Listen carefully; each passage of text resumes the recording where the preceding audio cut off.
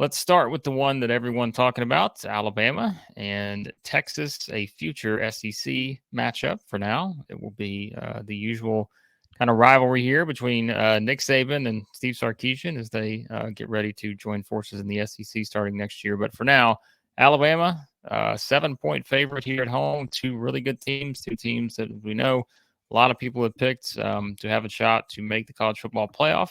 And this should be a fun one between these two. Yeah, should be. And I like Alabama minus the 7. The Crimson Tide is 15-5-1 against the spread in their last 21 as a home favorite. And many of those spreads were three times this number and more. And Texas has been on the road 9 times since they've hired Sarkisian. They have lost outright in 6 of those games. 5 of those 6 losses have been by 7 points or more. They've been a road underdog under Sark 3 times, and they're 0-3 against the spread in those games. Texas only scored 1 touchdown in the first half against Rice last week. They only averaged 4.1 yards per carry. 4.1 is not bad if you're playing against somebody on your level, but against Rice, Texas should be running the ball a lot more effectively. And I had so many questions about the quarterback position for Alabama, and I'm not saying they were completely alleviated, but it was good to see Jalen Milroe throw a couple of nice deep balls. I know he didn't have a ton of yardage, but I think it was 191 yards, but 3 touchdowns and no interceptions. And granted, it was Middle Tennessee.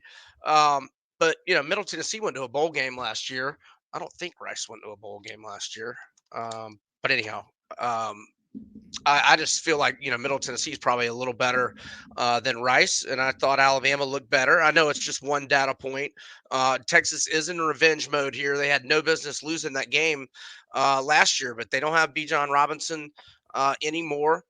And I talked off season about all my question marks at the quarterback position for Bama. But one of the good things we talked about was no rat poison.